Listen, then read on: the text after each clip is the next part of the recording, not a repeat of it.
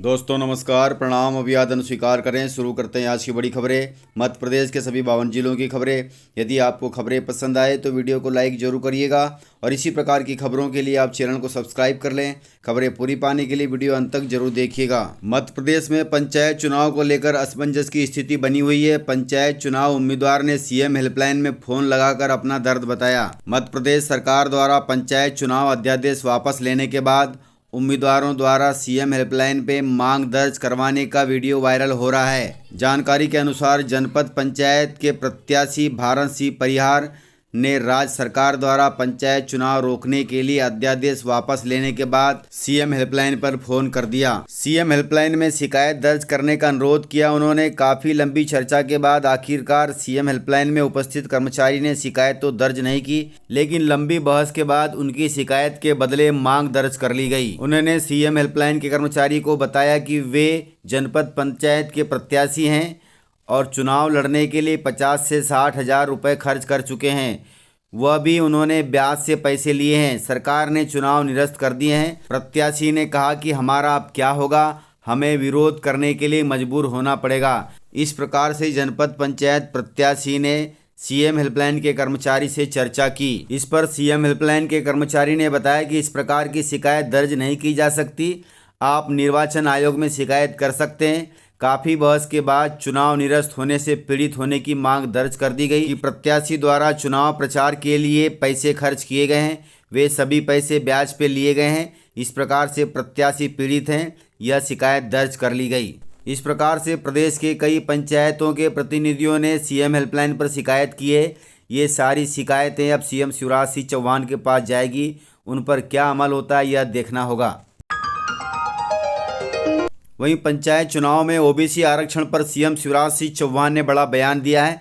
तो चलिए सुनते हैं सीएम शिवराज सिंह चौहान को लाइव। देखिए, भारतीय जनता पार्टी की नीति रही है सबका साथ, सबका विकास, सबका विश्वास और सबका प्रयास। सामाजिक न्याय, सामाजिक समरसता के साथ सब समाज को लिए साथ में आगे है बढ़ते जाना। और इसलिए सामान्य वर्ग को 10% आरक्षण की बात मध्य प्रदेश ने लागू की। अनुसूचित जाति जनजाति को न्याय दिया। ओबीसी का भी जो अधिकार है पंचायत चुनाव में आरक्षण का, वो भी रहना चाहिए। और इसलिए सबको न्याय देने के लिए हर संभव प्रयास। वहीं सरकार का बड़ा ऐलान है। सहकारिता के जरिए मध्य प्रदेश के ग्रामीण क्षेत्रों में स्थापित किए जाएंगे उद्योग धंधे। मध्य प्रदेश में सहकारिता के माध्यम से प्रधानमंत्री नरेंद्र मोदी के आर्थिक विकास के मॉडल को ध्यान में रखते हुए शिवराज सरकार नवाचार करने जा रही है। इसके लिए ग्रामीण क्षेत्रों में उद्योग स्थापित किए जाएंगे। ये स्थानीय मांग पर आधारित होंगे। इससे रोजगार के अवसर तो उपलब्ध होंगे ही, आर्थिक गतिविधियां भी बढ़ेंगी ग्रामीण क्षेत्रों में, जिसका सीधा असर ग्रामीण अर्थव्यवस्था पर पड़ेगा। इसके लिए पहले ग्रामीण क्षेत्रों में सर्वे कराया जाएगा और फिर सहकारी समितियां गठित की जाएंगी। इनका काम उत्पादन तक सीमित रहेगा। विपणन का जिम्मा जिला स्तरीय समितियां संभालेंगी। ये समितियां ही प्राथमिक समितियों को कच्चा माल उपलब्ध कराएंगी। इस प्रकार से पूरी व्यवस्था रहेगी उद्योगों के लिए। जो सामग्री तैयार होगी उसकी बिक्री का इंतजाम जिला स्तर पर किया जाएगा और जो सामग्री बचेगी उसे राज्य स्तर पर बिकवाने के प्रयास भी किए जाएंगे। यह काम ग्रामीण औद्योगिकरण महासंघ करेगा। इसका पंजीयन 31 मार्च 2022 के पहले होगा। प्रदेश में स्थानीय स्तर पर रोजगार के अवसर उपलब्ध कराने और आर्थिक विकास को मद्देनजर रखते हुए सहकारिता विभाग ने ग्रामीण क्षेत्रों में सहकारी समितियां बनाने का निर्णय भी किया है। प्रत्येक ग्राम में कुछ न कुछ ऐसा काम होता है जिसे व्यापारिक दृष्टिकोण से संगठित करके किया जाए तो न सिर्फ उत्पाद का अच्छा मूल्य मिल सकता है बल्कि रोजगार के अधिक अवसर भी बनेंगे। इससे पलायन भी रुकेगा गाँव में। इसे ध्यान में रखते हुए सहकारिता विभाग ने ग्रामीण औद्योगिकरण महासंघ बनाने का निर्णय लिया है।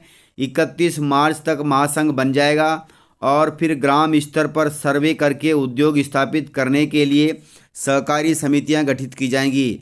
इससे यह देखा जाएगा कि उद्योग स्थापित होने से कितने लोगों को रोजगार मिलेगा, उसकी बचत कहाँ और कैसे होगी उद्योग की स्थापना के लिए शासन द्वारा चलाई जा रही विभिन्न योजनाओं से सहायता और बैंक से ऋण दिलाया जाएगा। कृषि क्षेत्र से जुड़े उद्योग की स्थापना में केंद्र सरकार की कृषि अधोसंरचना निधि के तहत भी परियोजना स्वीकृत करने के प्रयास किए जाएंगे। तो इस प्रकार से पूरी व्यवस्था है। ग्रामीण क्षेत्रों में उद्योग धंधे लगेंगे तो ग्रामीणों की अर्थव्यवस्था सुधरेगी और गांवों का विकास होगा।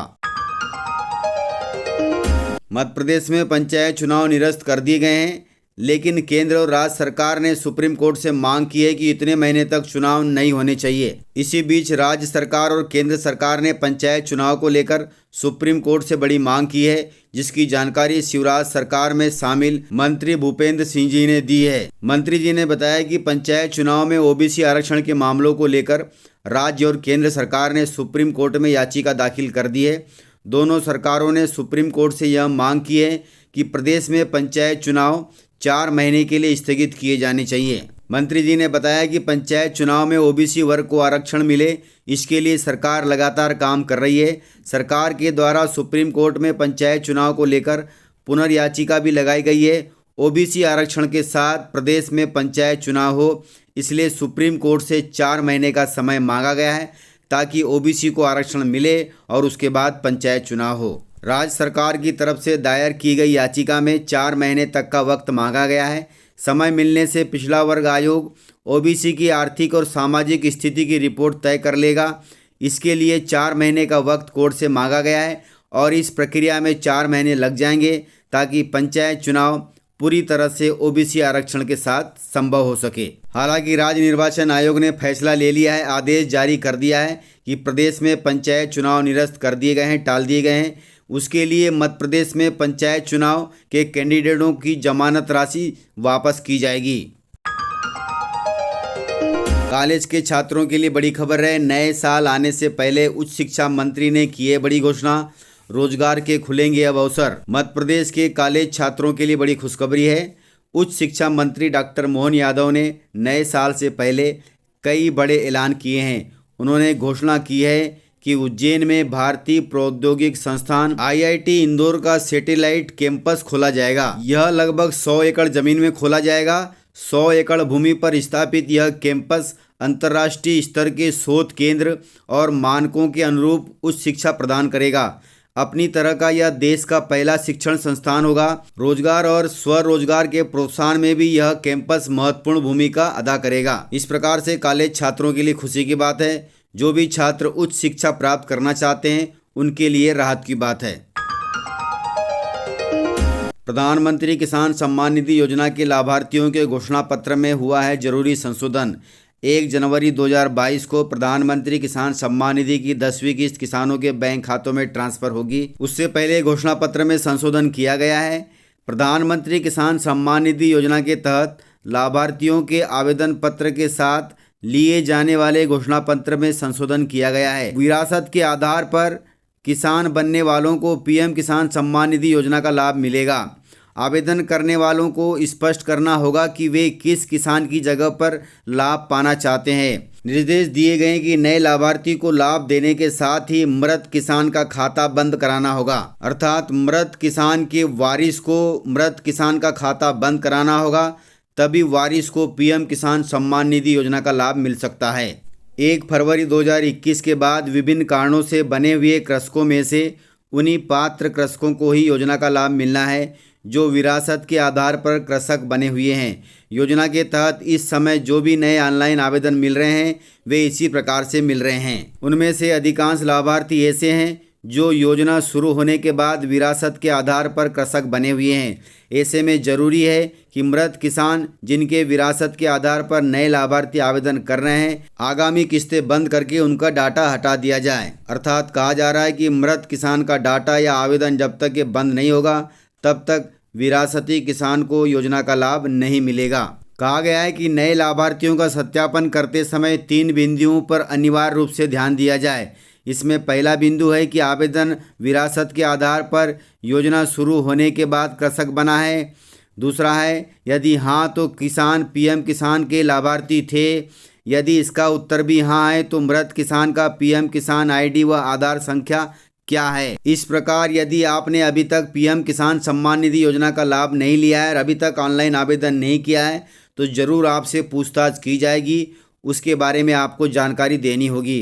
निर्देश दिया गया है कि तीनों बिंदुओं की जानकारी मिलने के बाद उप निदेशक कृषि नए लाभार्थियों को स्वीकृति देने के साथ ही मृत किसान का भुगतान रुकवाएं और नए लाभार्थियों को योजना का लाभ दें। तो इस प्रकार से जानकारियां थी। यदि आपको जानकारियां पसंद आई हो तो वीडियो को लाइक ज़रूर करिएगा और यदि आपने वीडियो पूरा देखा है तो उसके लिए बहुत बहुत धन्यवाद। वीडियो को ज़्यादा से ज़्यादा अपने दोस्तों में शेयर करें ताकि वे भी जानकारियों से अपडेट रहें और जानकारियों का लाभ ले सकें।